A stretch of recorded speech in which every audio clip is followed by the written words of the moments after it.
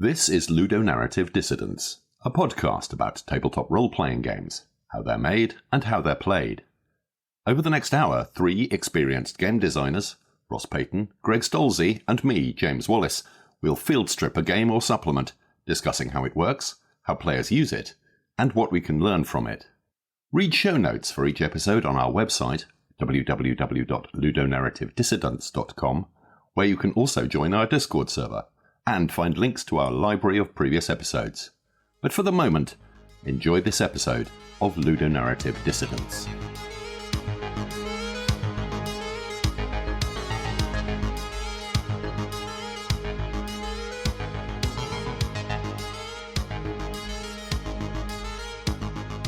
Hello, and welcome to Ludonarrative Dissidents. This is Season 3, Episode 22, In Media Res, a scenario for originally Cthulhu Now, a Call of Cthulhu setting. It is generally a modern horror scenario using Cthulhu rules. We want to give a special shout out to Shane Ivey of Arc Dream Publishing. Of course, Shane is a Should we call him like the legendary Shane Ivey? We can. He is legendary. He is one of the owners and operators of Arc Dream Publishing, one of the minds behind Delta Green, and certainly published a lot of Delta Green material on his own, is working on other great projects such as the Black Company RPG currently in production, and is a good friend of the author of this scenario, John Scott Tynes. This scenario was originally published in issue 10 of the Unspeakable Oath, which came out in fall of 1993, has been reprinted in the Resurrected Out of the Vault 3, I believe, and I think has shown up in a couple other places. Yeah, it is routinely called one of the better written or best written horror scenarios. Certainly it has been run many, many times as a scenario also designed for conventions. So, but it is only 11 pages. It is a brief and horrific, almost a proto-Chamberlain, I guess you could call it. That's fair. I was looking back at this and, wrote up this. The year is 1993. Terrorism at the World Trade Center kills 6. Pearl Jam releases 10. Jurassic Park is in theaters. And Anson Maddox takes a break from parking his trucks full of Magic the Gathering money to do a cover for issue 10 of the Unspeakable Oath. Your notes are in considerably more depth than mine, Greg. Well, there's a 1993-ness to this. You guys saw it, right? You saw that this is not modern. It's not modern, but by the standards of 1993, my God, it's modern. It's really pushing the envelope in quite a few really interesting ways. This is a very non-standard scenario for something that's intended to be played with a group of people you've never met, whose levels of experience you have no idea about, at a convention. And that's really odd. I was describing this to one of my younger gaming peers and told them what the game is like, and he just paused for a second and said, "So this was before the X card was invented, clearly." and I immediately was struck by this image of, and I looked up on my phone, I'm like, who did build the X card and other game, Lines and Veils was safety Ron tools. Edwards.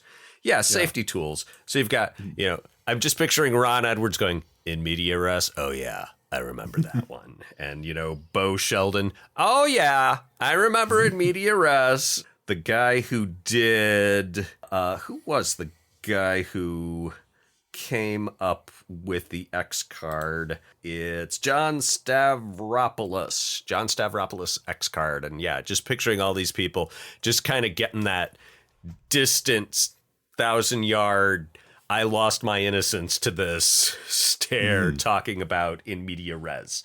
Is it in media res or is it in media ray? It's in medias res, medias plural, which is the correct form of the term.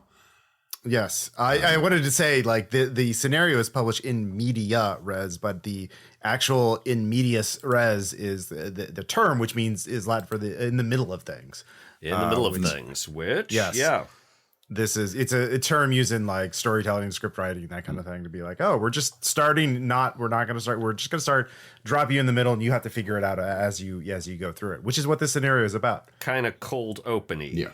The experience of this you have as a player is that your GM brings you into a table and gives each of you a name tag and says, you're all wearing jumpsuits with these name tags on them. And he preps one special player to distort his face and talk in this booming voice about, I am the opener of the way. And on the, stuck on the wall is this huge Rorschach blot that's supposed to look like, today with color printing, you could make a Rorschach blot in blood real easy. And you start, and you are all amnesiacs who don't remember who you are, but there's this dead dude on the table in front of you with his face peeled off and his tongue cut out.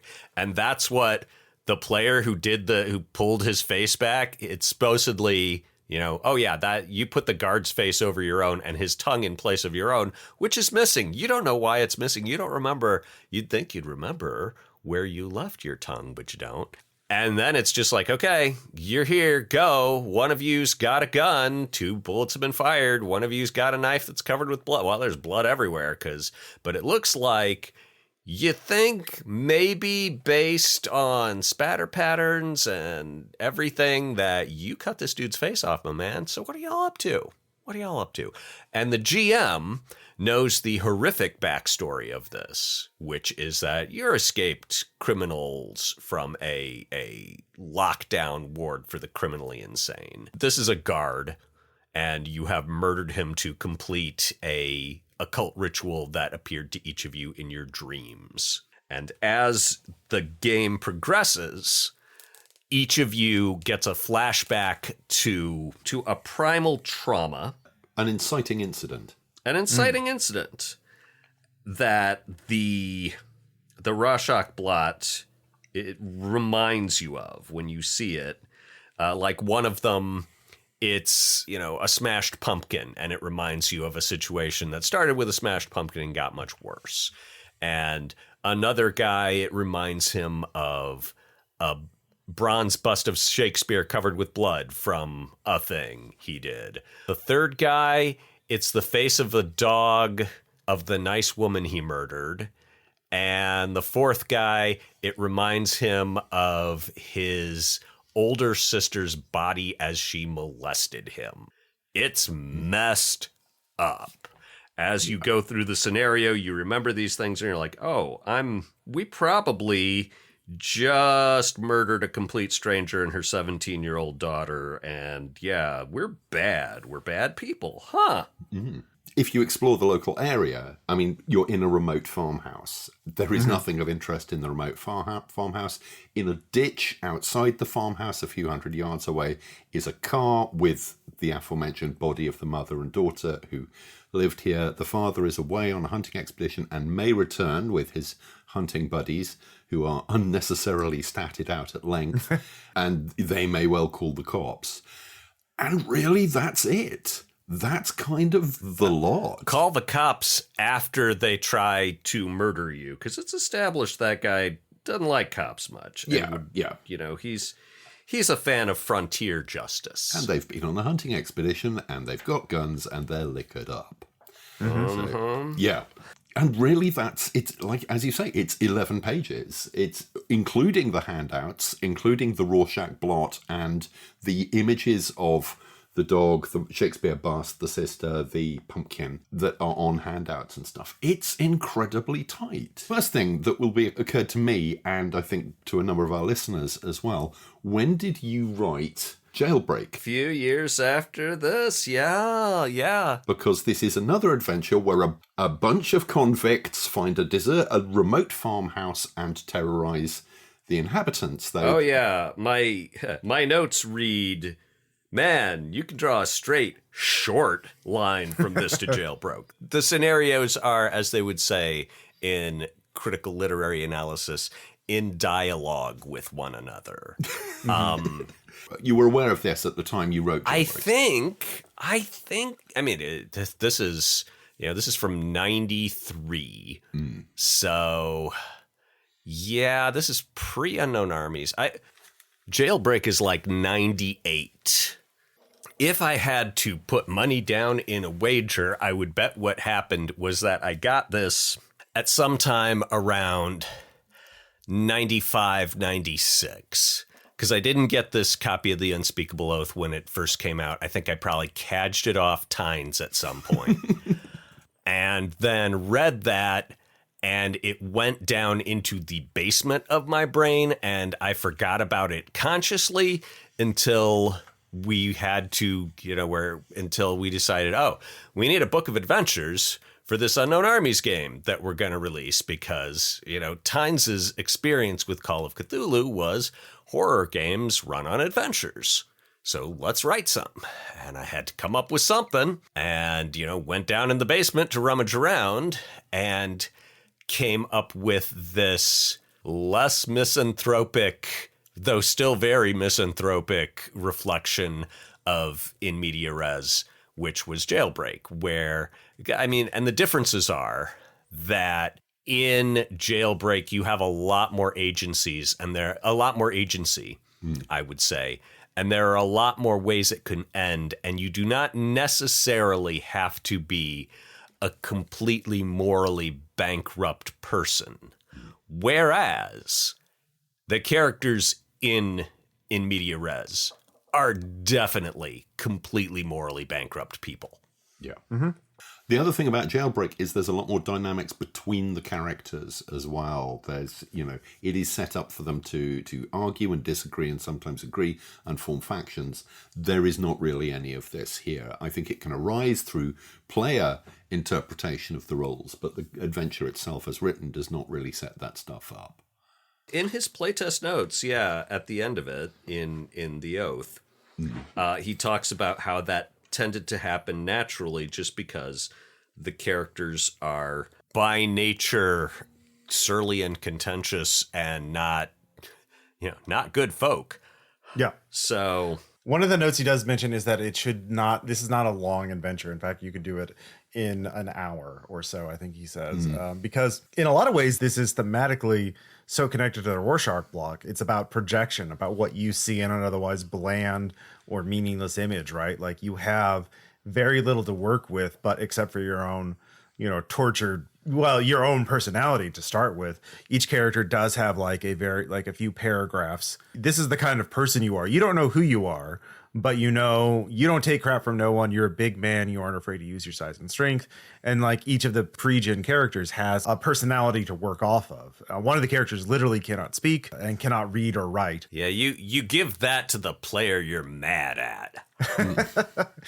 And they have that to work with, and it's about how they interpret this and how the GM interprets their actions to come to a resolution. If players can't come up with some sort of decisive way to symbolically reconnect with their trauma and accept who they are, then you can have enter the hunters, players exit pursued by drunk hunters, or shot by hunters. Spoilers for this 20-plus-year-old scenario is that if you have something happen that triggers your memory, and, again, Tynes is like, yeah, you'll know it when you see it, which is sort of the absolute diametric opposite of Powered by the Apocalypse, where the GM just interprets the results of the player-facing rules. This is John Tynes looking at that saying, or you could just get good, just muttering skill issue. Once you've had this flashback, the blot starts to kind of pulse.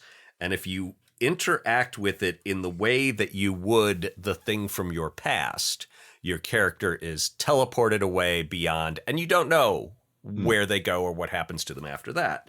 In the same way that you don't know, as a player beforehand, you don't know how you got to this point and how you happened to escape from the institution and know that, and we got to do this very specific weird thing to a dead guard. So again, it's just exercise in role playing, because the players have each other to talk to and to role play off of, and they're trying to essentially create some kind of drama that will prompt the GM to be okay, here's what you remember now.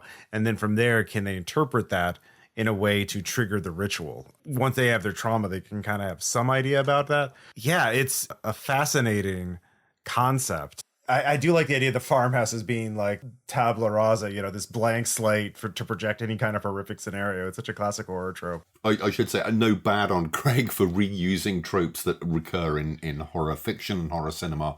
Again, I mean, the remote farmhouse is second only to the cabin in the woods as a classic low budget setting. Mm-hmm. It's inevitable that it would crop up from time to time. It's inevitable that it would crop up in something that is low intellectually budgeted.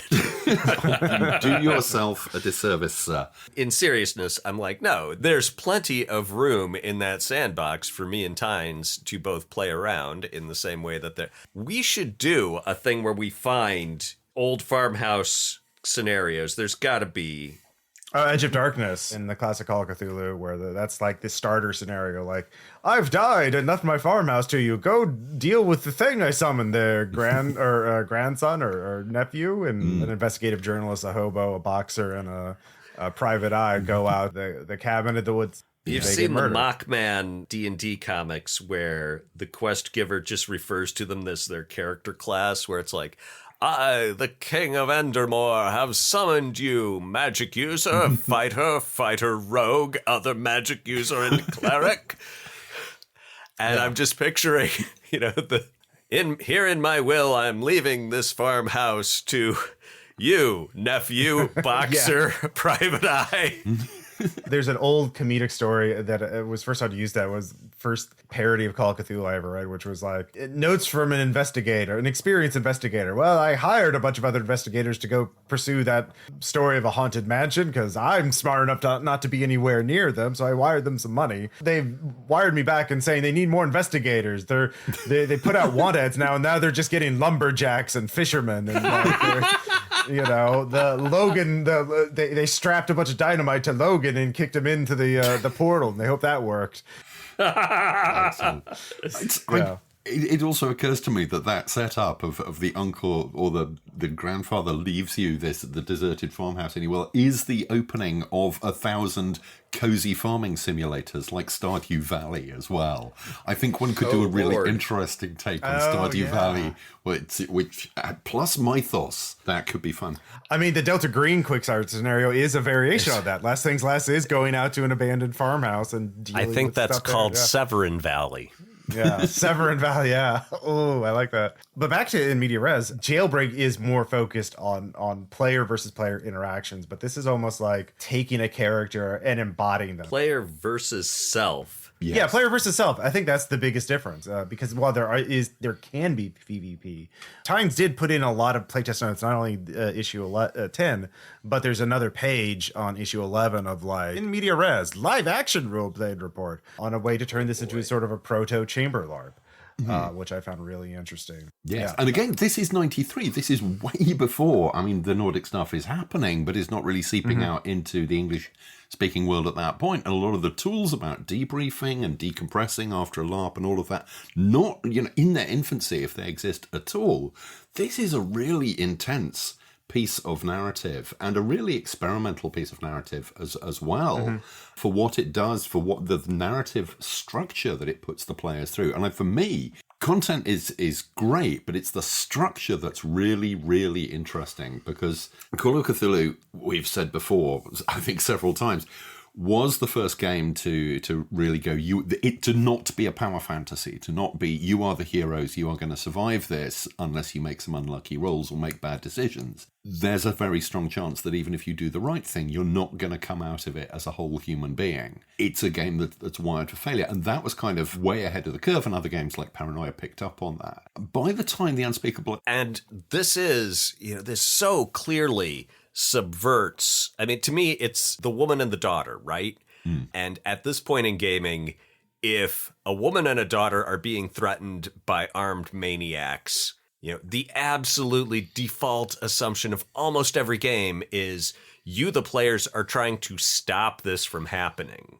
Whereas in Media Res, it's not just that you do it.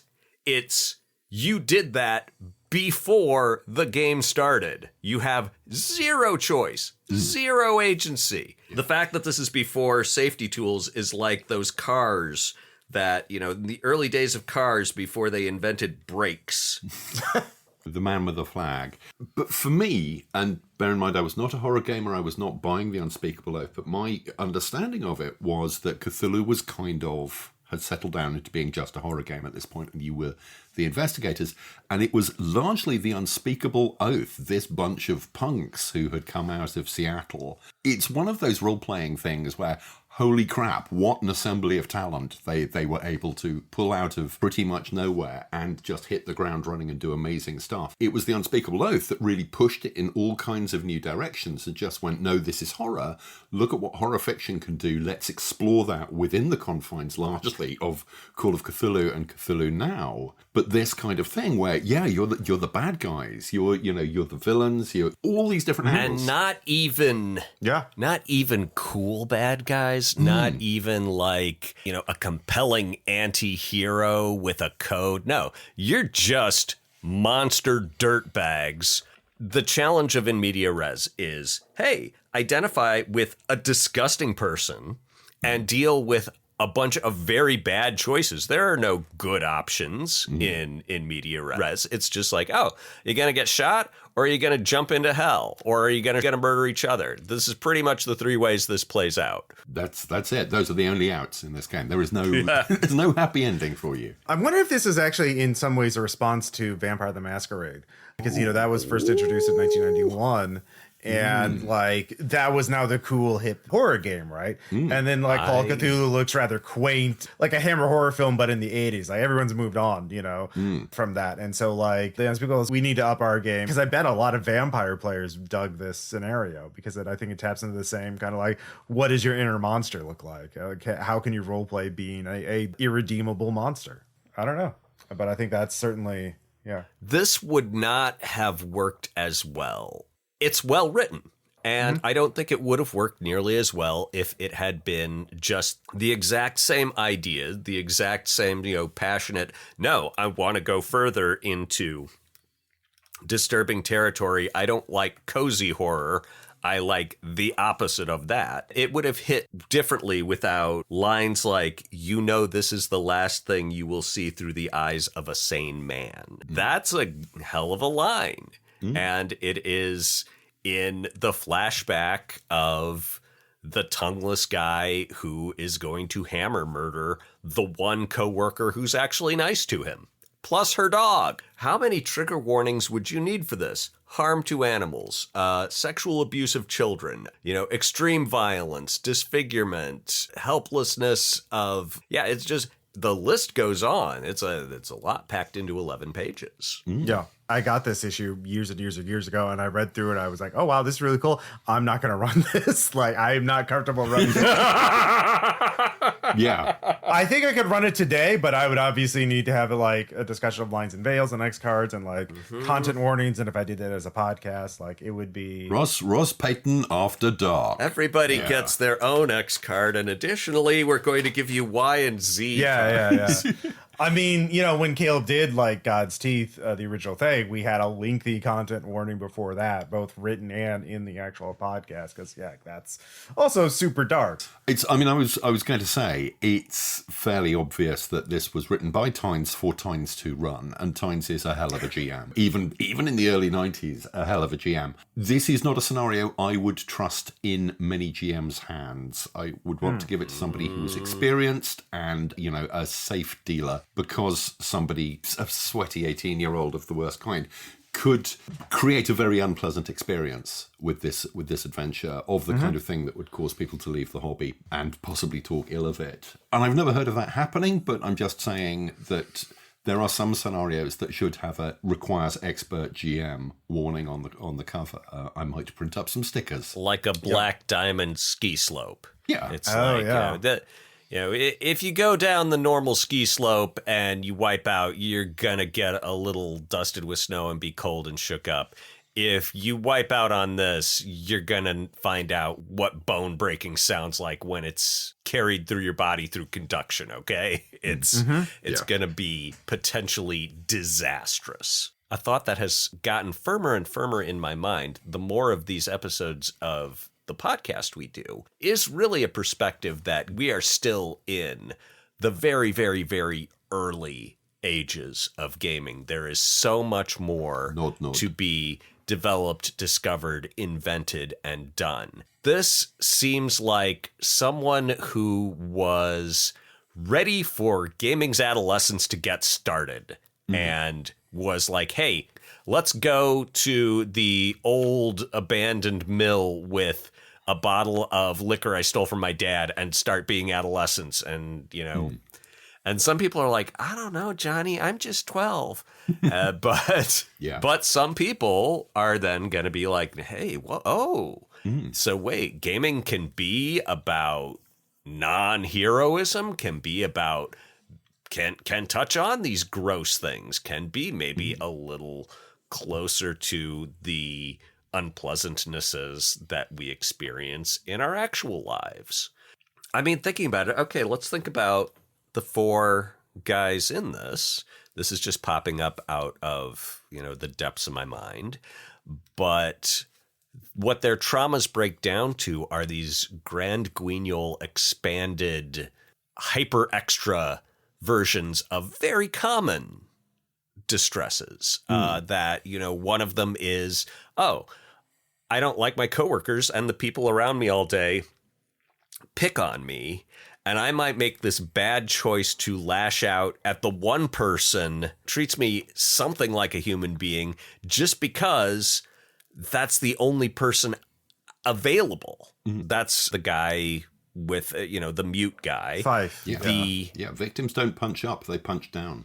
The guy who is in the middle of a casual fun robbery and beats a guy to death with the Shakespeare statue, you know, who hasn't been an adolescent who's like, wow, I did something kind of dumb. And then it escalated until it got much worse than it ever had to be. What are the other two? You've got the guy, you know, the guy being molested by his sister, S&M style is... Do adolescents have, James, in England, do adolescents ever experience, you know, traumatic sexual confusion, ever find that whole thing a little icky, scary, or is it just here in the States? It's, man, I was at boarding school. It's, you know, from the age of 8, icky. It's somebody I was at this, brief anecdote, I was at this little boarding school, 80 boys from between the ages of 8 and 13.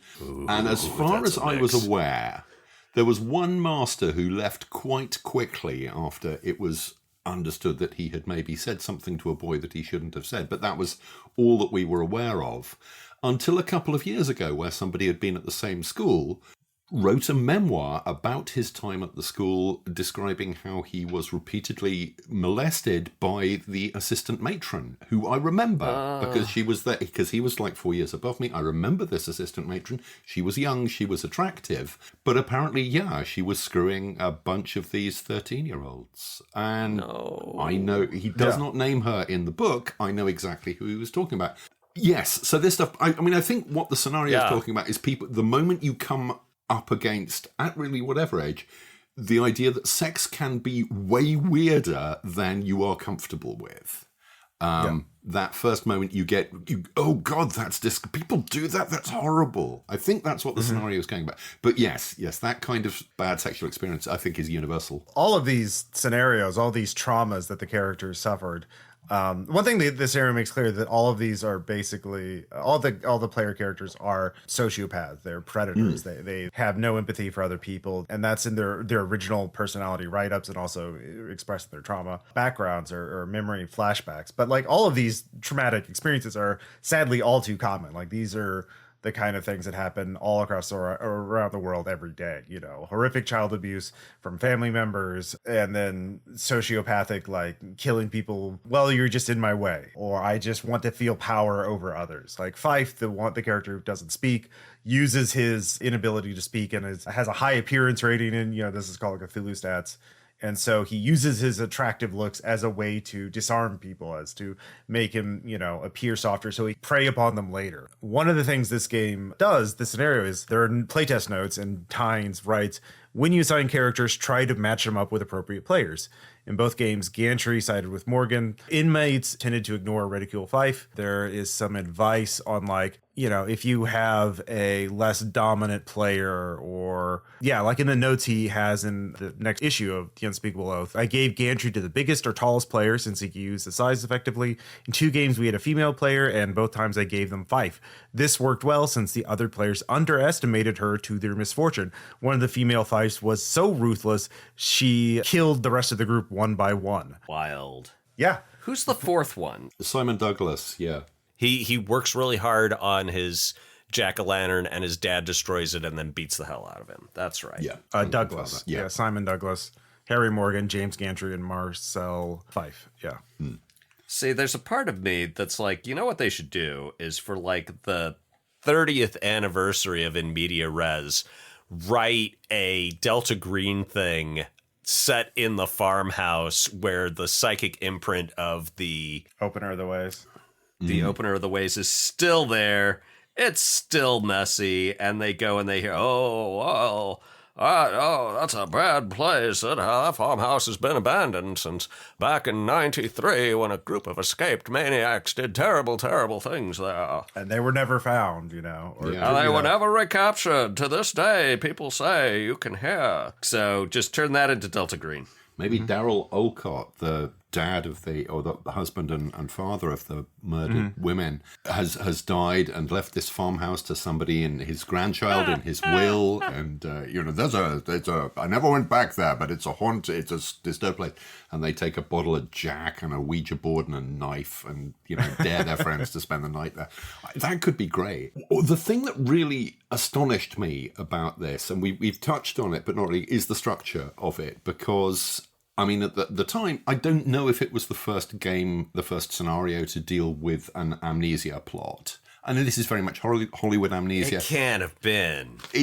But I can't think of an... I mean, there may well have been others, but this is the first notable one. This is the first one that seems to have survived, which is a trope that I have used and thought about quite a lot, particularly in A Las Vegas, which does exactly the same thing. At the beginning of A Las Vegas, the player characters wake up in a shallow grave in the desert, naked with no memories. All of them. Which should initially go, hold on, we've all got amnesia and we're all naked. Something weird is going on. Yes, that's the whole point. But I will talk about Las Vegas a lot because there are parallels to this. So the amnesia thing of you find yourself in a situation and you have to deal with it. And then as you have flashbacks, and the whole mechanic behind a Las Vegas is flashback based. You, when you gain a new skill, because at a Las Vegas, you don't get your character sheet. Your character sheet is blank at the start. And the way you discover you have a skill is you just say, oh, I remember, I have a flashback back to my previous life of me doing this thing with this item. Okay, now you've got the skill for it, but you've also got a memory and you jigsaw your memories back together. That's much more of a mini campaign game. This is an hour of play. So there's only the one flashback, but flashbacks as well. So this moment where you discover something about yourself in the middle of the adventure, and Tynes doesn't structure it very tightly. He doesn't say when those flashbacks should come in. He doesn't say exactly when the hunters should turn up or all of that, which is another thing that leads me to believe this needs an expert GM to get the timings of those right. But that thing, that moment of discovering that you are the murderer, that you're all the murderers, that you are all really unpleasant, bloody people, and again, this happens in a Las Vegas as well, spoiler for my own game. The reason it happens in a Las Vegas, footnote, is because in the first 2 sessions, you've been going through getting skills through flashbacks, and you decide what those skills are, but you're in a role-playing game, so they're almost all connected with violence or skeevy stuff. And so suddenly you have the revelation of, oh my God, we're violent, skeevy people. In this one, the flashbacks are pre-written, but it's very much the same impact. And that realization, it's like the moment I've seen it derail narratives, that suddenly, oh my God, I'm the murderer. Thing. It's the moment in Cluedo where you discover you did it. Cluedo does not work for me because I'm a narrativist. I say that way too often in these podcasts. Discovering that you are the murderer. In this, I think it really works and it completely twists you. And as you say, Greg, it throws you into that different mental space. And for me, was certainly one of the first role-playing games that put you inside this. You have to be this unpleasant person, maybe only for half an hour or however much of the running time is left. But that's really interesting. That's, he's absolutely pushing envelopes here. As you say, this may not have been the first thing to do an amnesia setup. Well, James, when you... But It was 90. It was 90. Oh, let me just finish this. It was 93. The internet barely existed. Finding out what else was out there, what had been done before, was really hard. The material, there was no easy access to the material itself, or even to people talking about it. The best way to find out what else was out there was to go to conventions and talk to other people. That was really it. Or appers, potentially. Or ask your friendly neighborhood game store owner. Oh, who would tell you that it was out of print and the company had gone bust? Who would tell you it was out of print? What I was going to say, I remembered another one. I'm like, okay, games where you start out amnesiac. This sounds right. And I looked it up. It was Psychosis Ship of Fools from Chameleon Eclectic. That is the second time this week. And it was 1993. Oh, okay. Oh, you're kidding. You are absolutely kidding. I am not kidding. Oh, I found it on eBay and they scanned the Verso page in. So Wow. And it's called Psychosis. I don't think I ever saw it. Psychosis Ship of Fools. It was okay. It was okay. All right, not groundbreaking like in media res. Yeah. Well, I mean, it was ambitious. It was doing things that no one else was doing. Yeah. It was another one where you are like, you don't know who your character is, just defined by describing, and then we'll find a fate for you. Yeah, the amnesia trope is interesting. Now, when you're talking, James, I remembered it's a very common trope in certain forms, like in video games, right? Oh yeah, video games use it all the time. Yeah, like games like Fallout New Vegas, you wake up with no memories after you've been shot in the head and you're recovered. Again, it's this narrative convenience to get to a blank slate in which to... Super convenient. Because, like, we've all read role-playing games where there's like, here's all this history and lore and blah, blah, blah. Some of us have written those games. Thousands of years ago, this happened, this, and then, the problem is you could have all this lore, but people aren't going to emotionally connect to it if you just tell them, right? You're an elf and you hate the dwarves and they killed your grandfather. But if you're just starting a game, you're like, okay, whatever, dude. I'm going to hang out with this dwarf because I personally don't feel that connection. I didn't see my grandfather die. I don't, you're just telling, and then with memory comes back, you can kind of like start creating this emotional meaning. You can logically tell somebody this is the story, but like unless they feel this, they feel some kind of connection to it, they're not going to care, right? What in media res does is first create this opening scene that's extremely emotional because you're at a kitchen table. There's this blood, there's this gore. You don't know what's going on. There's weapons about, and one of the things that the Unspeakable Oath does have really good art from the artist Robert Hand. Although it is definitely adult kind of art. It is very gory. There's also the picture of the sister in a very not safe for work leather outfit. That sort of creates this tension, and then like with the trauma being revealed through roleplay, like then the characters now actually care about these, the killer that they're role-playing as, because they understand now, they feel it, they witnessed it, they experienced it, having to walk around in their skin for a bit. Oh man. Yeah. Walk around in their skin. I just made that connection. Yeah. I feel like that's what this is so successful as a scenario, because in a very short amount of time, you get in the headspace of this incredibly dark person. And you're like, what do you do about it now that you know who you are? Now that you unraveled the mystery of yourself, what are you going to do? And you could either choose to go out fighting against the hunters and presumably the cops that show up. You can try to finish the ritual, or just run away into the night and see what happens. And I also really like the ending, which is like, if you symbolically act out your trauma to the symbol, the ink blot on the wall, you just disappear. There's nothing in the scenario explains what happens to your character if they follow through with the ritual. And John Scott Tynes, don't tell them. Just leave it blank. It's up to their imagination. There's no canonical answer. It's just like which is why I want to make a canonical answer. I'm bad that way. You escape and finish by understanding your character, which is a neat little twist. Mm-hmm.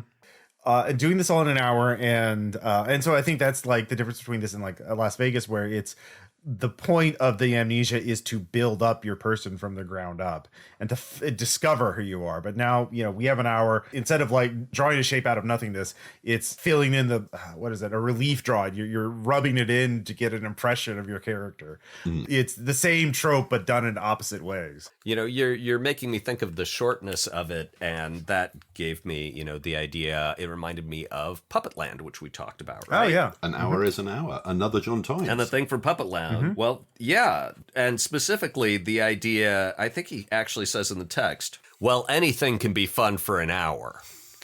And the fact that this is so short, I'm like, that probably is a real good choice in that it keeps it from, because man, if you had to be Fife for 3 hours, oh man, you'd be so sick. You'd be tired. There's only of so it much you can pantomime. Yeah. You'd be tired of it on multiple levels. And same with the other characters. You'd be just like, this is no longer horrifying and scary. It's just a gross slog. The first time a kid shows you his chewed up food, it startles and shocks you. The fifth time he does it, you're just like, no, we've all seen it. We've all seen it, Larry. Close your mouth, put it away. And so this doesn't outstay its welcome, which is, I'm sure, part of the design goal, which was to just be an out of context monstrous experience. Yeah, they do mention this is you should start and end abruptly. It should seem like it's a slice from a larger story. Beginning this with in mind isn't too hard. Say as little as possible during the game. When an inmate goes through, simply tell them in private they are gone. The scenario is ended for them. Answer no questions. Finally, when the last inmate has died, gone through, or whatever, just say the adventure's over and pack up your stuff. No epilogue, no denouement. It's just, you're done. It does. It feels like a prologue. It feels like, or an incident within a greater narrative, a part of a whole rather than a whole in and of itself. But then that's, I think one of the reasons why I don't play horror games is I don't find this kind of thing satisfying within its own right. On the other hand, I've not actually played it. And I think of all the texts we've looked at, particularly this season, this is the one where there is the greatest difference between the words as written and how it would come out in play. I think this is a game that really to understand it, you have to have played it, possibly multiple times, though I think playing it multiple times, you would need to play it as a player and then possibly GM it. Because it's a loose structure, it can come out very differently, and Tynes makes that clear in the playtest notes, the one where Fife kills everyone. It's possible that people would just kind of get on with each other, but all the clues are there, even before the flashbacks come in, that you are horrible, horrible people. Why am I here by this gutted man with blood all up to my elbows? I'm sure it was all just a misunderstanding. Why 5 seconds ago was I holding his face up against mine and speaking words with a tongue that isn't mine? Yeah, it's the clues are there. Very, very much. It's funny you mentioned prologue. Actually, one of the other Delta Green co-authors, Adam Scott Tynes, wrote a campaign for Delta Green called Iconoclast, which opens with a prologue adventure where you're all playing. It's actually set in the Middle East, and so the players in the prologue are members of ISIS exploring this archaeologist's house, and of course they encounter something horrible, and the whole point of the prologue adventure is to die horribly. But here's the thing: they have a video camera with them, and so you're basically playing the horrible protagonists of a found footage horror film, and then the actual campaign starts with the Delta Green agents watching the footage, watching all your characters from the prologue die horribly, and be like, okay, well, we got to figure out what killed them, and that's how the campaign begins. But that's the whole point is that is the prologue. There is exposition and all that setup. There is an explanation for it. The idea of the Delta Green sequel to In Media Res, what would be the Latin title of it that refers back to In Medias Res is in the middle of things? What would be the Latin to come to a conclusion, or the long-term continuance, or something like that? The past is prologue. Yeah, I don't know. Something like that. John Scott Tynes was kind enough to send us the full text of the adventure and the live action role playing report that he put in Unspeakable Oath 11, which was interesting because like I said, it's before the term chamber LARP existed. This is a chamber LARP. Like, this is like you do this in 1 or 2 rooms. You give them costumes or at least name tags. and you use props in it, like a toy gun, a toy knife, 3 or 4 of the knives, like the fake knives that push in when you stab someone, quote unquote, and a key ring as little props, and you have 2 GMs to follow the other players around to make sure there's always some kind of adjudicator for it. It's an interesting concept, and I think that's the kind of thing you want to run at a convention, right? Like, because you have additional space and you want to do something special.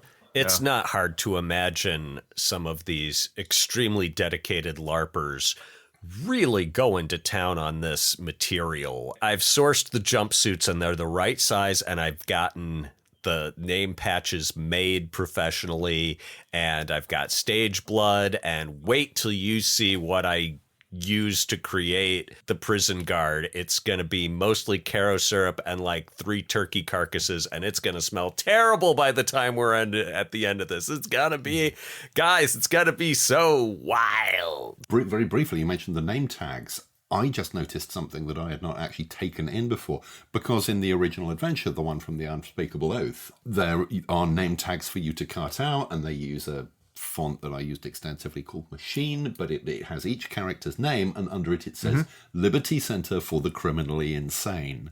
So the moment you look down at your name tag as a player, you know that your character is likely to be criminally insane.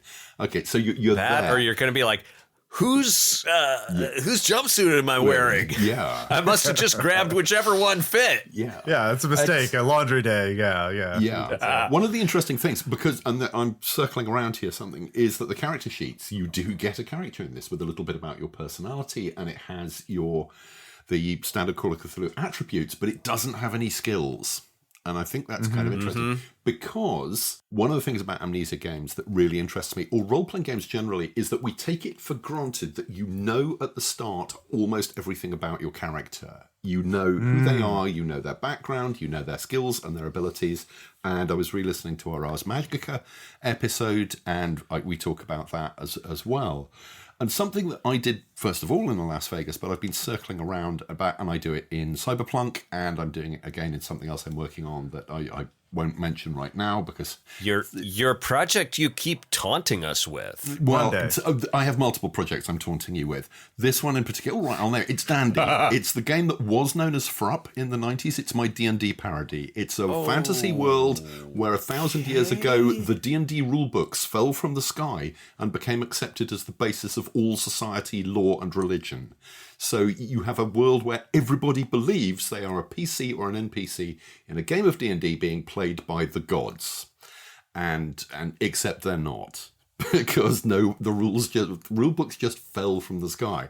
Nobody, possibly the trickster god, I don't know who put them there.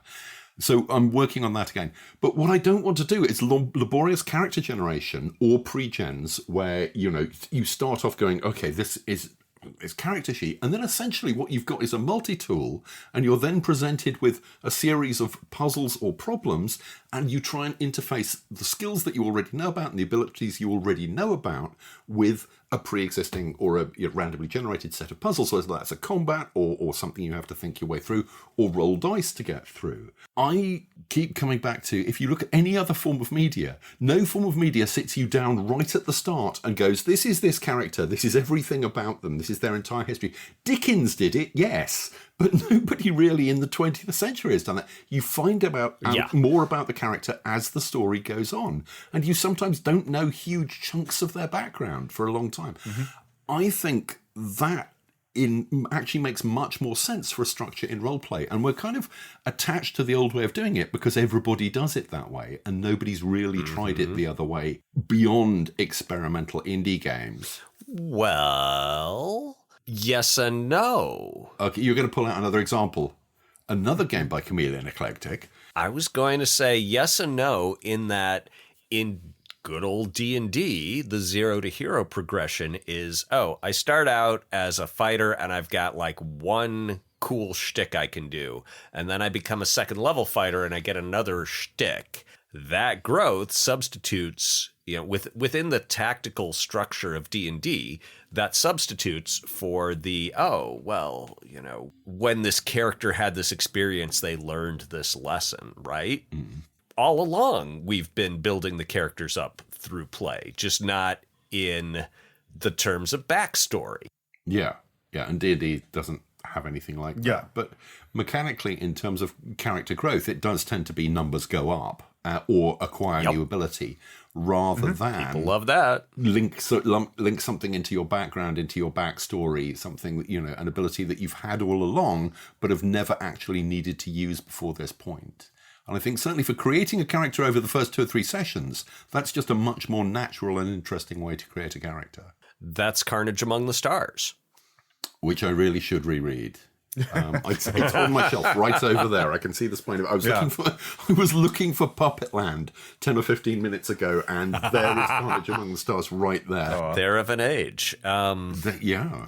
Okay, let me throw another. Have you said your bit? I've said my bit. Another thing I'll throw out there is the idea that, you give the big character to the big player, and you give the character who will be underestimated to your female player. And I'm like, ooh, wow, John, wow. 1993, remember. 1993, it was a different time. Roleplay culture was very different. People will tell you it was better, and they're lying. They're lying to you. They have an agenda, and they are telling you lies to advance their agenda.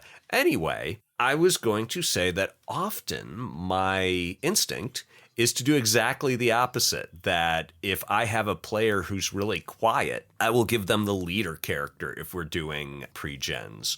Or I just try to mix it up, operating on the assumption that people will find it very interesting to take a vacation from the way they normally live their lives. That, like, if I knew someone was, I don't know, an ER nurse, I might give them the assassin character because I'm like, in your everyday life, you have to be really patient with people and you have to help them get better. And now you're going to impatiently make them get much worse. See what that's like. Take a walk on the wild side there, champ. Go nuts. Mm-hmm. And yet Tynes, this renowned figure and GM, is saying do exactly the opposite. Make them play characters who are like them.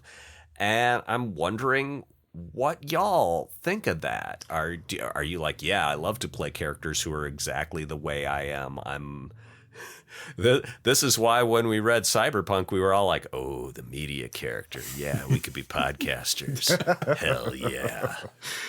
I think part of it is in this particular scenario, it's so minimal and short, right? Like you can't, if you have the quiet guy, if you assign the quiet guy to the meekest player to the biggest, strongest PC, like it's going to take them longer to get rolling into it. And this game is definitely one, like, you have that initial shock of the opening scene and you want to build on that momentum to get up to have a really interesting resolution. But like the opposite can happen where after that shock wears off, things fizzle out and people are like, well, I guess I'll get a knife from the kitchen and then go think about myself, or like players could just spend hours bickering with each other. Well, I should have that knife and you should have the gun. No, I should have both knives and you should have the gun and you should go up in the attic and look out for, and just like, I'm telling you to take the gun, you asshole. Yeah, it just give me the gun. Give me the gun, but I'll take the bullets. That'll be fair. Like yeah, that's classic. Yeah, that kind of just endless detail focus bickering. Like I get it, he wants a quick ramp up. He wants to have a big finish. And like you gotta connect A to B. One just random note. Also, I relooked at the pre-gen stats that after James mentioned, and I realized all the characters, their sanity is listed as NA, not applicable. So like that's also a slight hint about who they really are. Yeah. Well, and I can see, Tynes had been so immersed in Call of Cthulhu at that point, and it was really his career in a lot of ways that. And you play it and you run it, and player characters zilch out their sand, and they're like, oh, well, he had a good run. For the next one, I'm going to play a sailor man. This may have been a little bit of like, what's zero sanity like? What's it like to play a character with no sand left? Can you do it? And the answer is you can, but it's only fun for an hour. Yeah. Yeah. The gimmick wears thin pretty quickly. Yes, I think, we've said it before, but I think the brevity of this is one of its key points. It's almost tempting to. You read through it and there's almost no incidents in there. There are the flashbacks. There's the return of the drunk husband. Those are kind of the things that happen, and otherwise it's player interaction and the end, which is space for the players to take ownership of the characters, which is the key experience and the horrible experience. Yeah.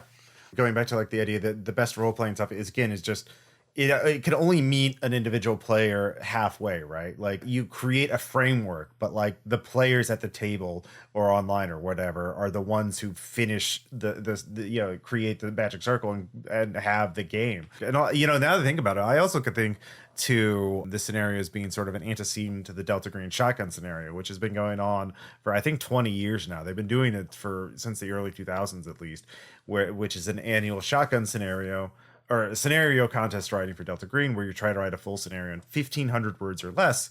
And in fact, the scenario I mentioned earlier, Last Things Last, came out of that. The prototypical Delta Green go to this cabin in the woods and find out what's spooky about it.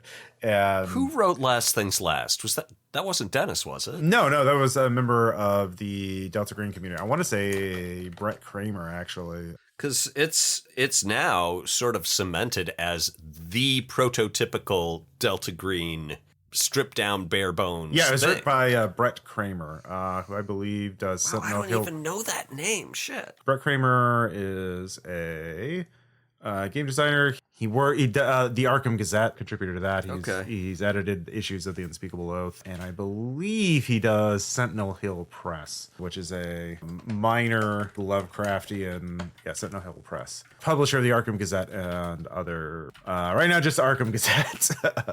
Oh, The Dare, a Call of Cthulhu one-shot scenario for 7th edition about teenagers sneaking into an abandoned mansion. Inspired by 80s horror movies. Is it the same Brett Kramer who's on a filmmaker and commercial director from Washington, D.C., or do we even know? I know. He lives on the East Coast. I think he lives in Lovecraft country. So there's two Brett Kramers. Is it with a C or a K? The Lovecraft one, the writer of Last Things Last is K. Yeah, I think Brett Kramer's actually working on and he's got a Patreon. Yeah.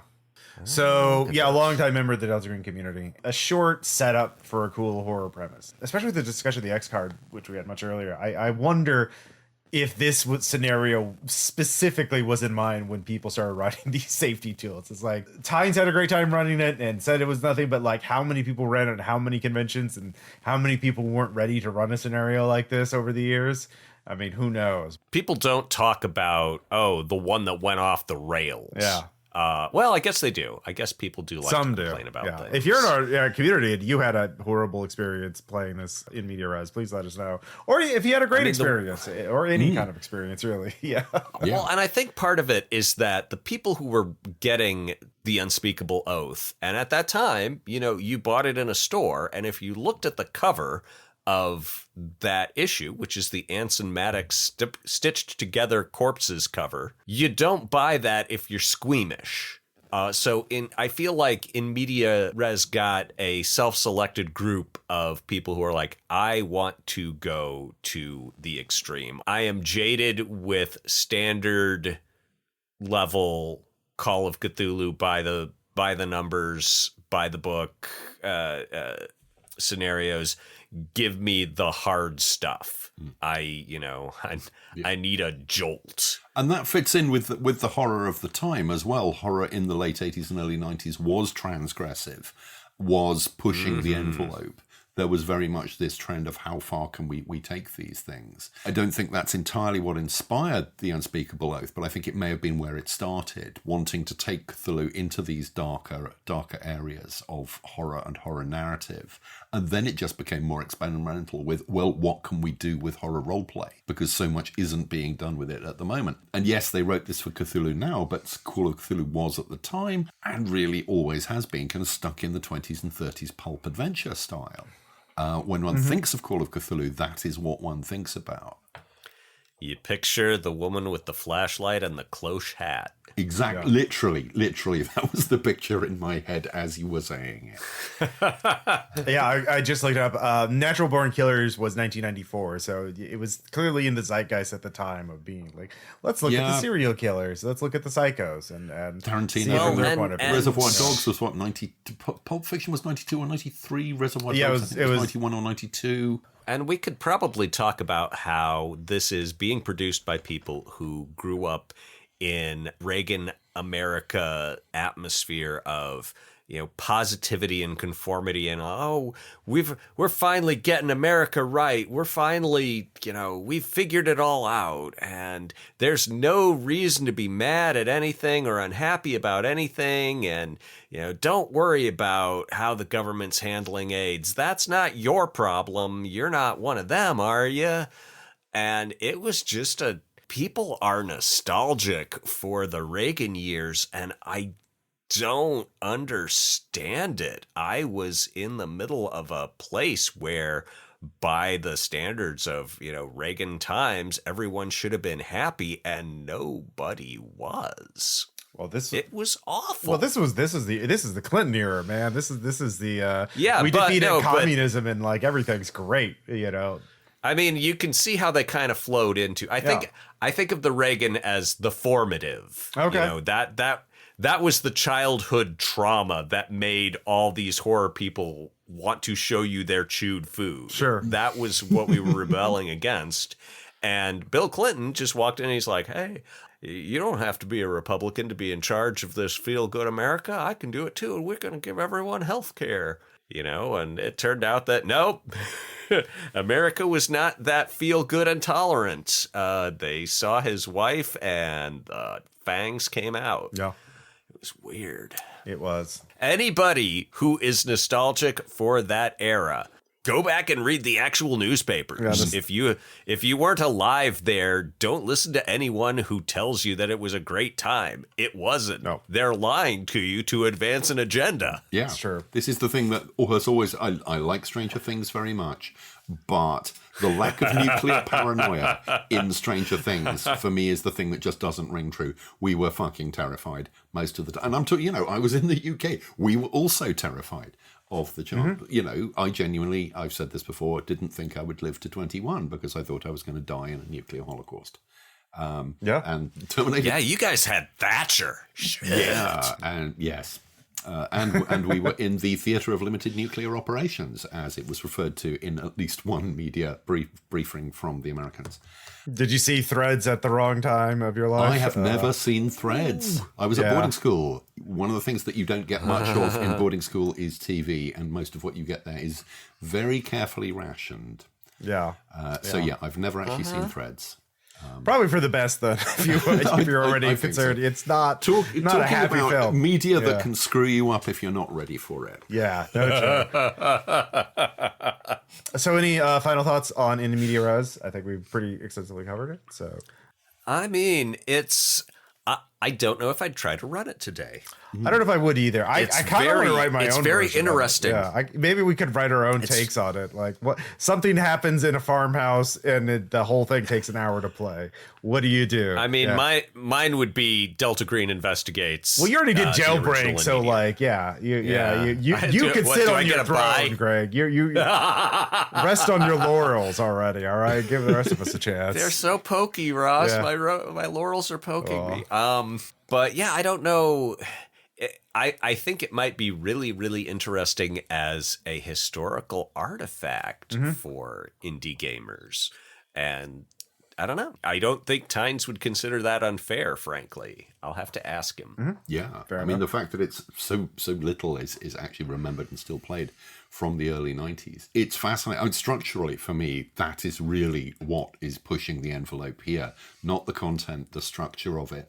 The fact, I mean, and it's in the title, In Medias Res. It starts in the middle of the action. There really aren't very many role-playing adventures that do that, and there should be a bunch more, because we don't play enough around with the structure of what we're doing. We tend to do straight narrative. You tend to start at the beginning and work through to the end, which is, that's a style of storytelling that's done us really pretty well since the invention of language. But we now know there are way more interesting things you can do with it, and more interesting ways to tell interesting stories, and roleplay should go there. I don't think this was necessarily the first, but it's a remarkably compact distillation of a whole bunch of innovations in an 11-page scenario, including the abrupt ending as well. There's no catharsis in here whatsoever. There's no sense of, yes, you have come to the end. There's a sense of, your character is over now. What happens next? I don't, nobody knows. There's a conclusion, but not an ending. Yeah. Exactly, yeah. Or maybe, I mean it the other way. There's an ending, but not a conclusion. Yeah. But even that kind of ending is so typical in like horror short stories, that. It's like, there's some sort of like rising action, and then you just end it, and it's very ambiguous what happened. Like, I mean, I've read that in so many horror short stories. The protagonist falls into the whirling vortex of their own miscreation, and it seals up, and that's it. And it's like nothing ever happened. I've written those. I'm sure you guys have written those. Yeah, it's ambiguous, but it's narratively satisfying. Yeah, I think that's the thing. It's narratively satisfying. It's not, you don't feel as the player, the character does not feel that they have come to a satisfactory ending, but as a player, looking at the narrative as a whole, it feels as if it's the end of a journey. How good must it? I have to say also, the perverse imp in me does now want to write it as a prequel to Stardew Valley. Leaving the abandoned farmhouse left to the grandchild. When you were talking about there aren't a lot of things that mess with the narrative, did you ever read the Star Chamber, my Delta Green thing? No. That was it's my stab at Rashomon. Oh, I have run that, so you can. Which I saw recently for the first time. Yeah. I saw it literally a few weeks ago on the big screen, the Prince Charles Cinema in London, almost the last remaining rep theatre. It shows grungy stuff. It shows sing-along K-pop Demon Hunters. It's great. The Prince Charles is genuinely great. But they were doing a season of, I think there were bits and bobs of Kurosawa and stuff. And yeah, so Kurosawa on the big screen. Rashomon was not the film I was expecting. But sorry, I'm just going off on a tangent. It is. It is hard to expect Rashomon. What kind of person goes into Rashomon cold and comes out going, I saw every twist coming. Why are people impressed by this? So, but again, structurally is why people remember that. The ambiguous narrator in cinema, it's not a thing that happens that often, and to happen that adroitly. But you were talking about the Star Chamber.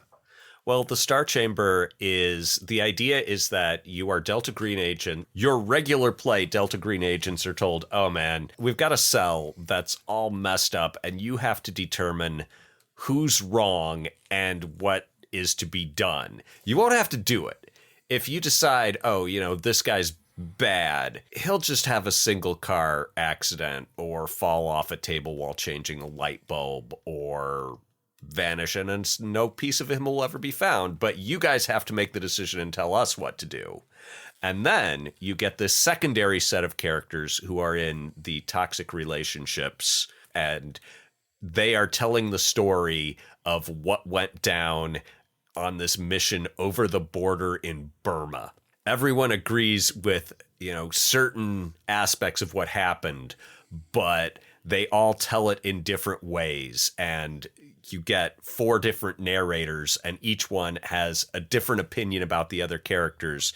So the way you play your secondary character changes depending on who is narrating it. And, when the guy who likes you is telling your story, you're very sensible and noble and practical and, a wonderful human being. And when the person who hates you is telling the story, you're a dirtbag and a maniac and really badly racist too. So you have to, as a player, play secondary characters in a bunch of different ways, and then go back to being your normal characters and decide what is the truth when there is absolutely no way to know what the truth is. So that's Star Trek. And I've heard from some people who found it very difficult to play. So fair. Yeah.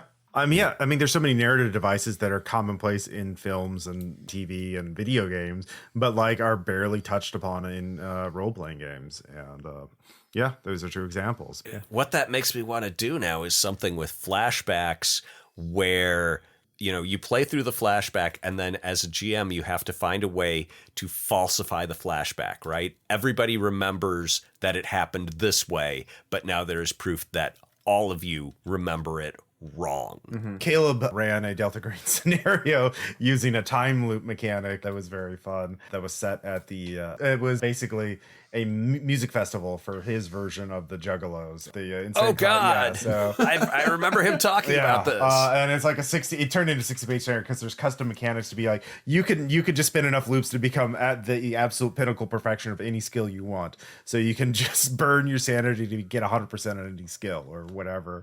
I remember him talking about I played the through it. It was physicist. Yeah, it was great. It was great. But what is that one? Is it out? It's on the Delta Green subscription Ghost.io, the PDF and the actual play. So it's just a 60-page PDF that it's not been formally published. I wonder if they're going to print it. I don't know. You should pester Shane about it. Our special guest. If you, the listener, want to get that scenario as a formal Delta Green product, go pester them. They have the power. But you can get the PDF at least, the draft of it. But I think we're definitely at the tangent point. We are at the point. Our next episode is also going to be a horror book. It is Vampire Chicago by Night, which is a source book and should be fun to look over as we look at some other irredeemable monsters, or maybe they can be redeemed. We'll find out. When I was working on Vampire, I approached it from the position that being a vampire is innately morally untenable because you cannot exist long term without persistently doing harm to other people who have just as much of a right to exist as you do. Yeah. So it's you're in moral checkmate that first night you wake up. So the whole arc is, are we the baddies? Oh, we are. Yeah, totally. Yeah. I think that kind of starts. That's the start of the. That's the first revelation. Like, oh, what do we do now? So are we the baddies, and how, my brother? Yeah, but there's these worse baddies. We'll go stop them, and that'll justify us, right? Yeah. That'll balance out it all. It's the Tao. We'll go kill Rasputin, man. One of the Rasputins. There's like 8 of them in the World of Darkness. So anyway, thank you all so much for listening to us. Thank you so much for supporting us. And if you like this episode, if you please share it with others, rate and review us on your podcasting app of choice. And we have a link to our Discord so you can talk about it and ask us questions or your experiences with this scenario. And we'll talk to you later. Bye.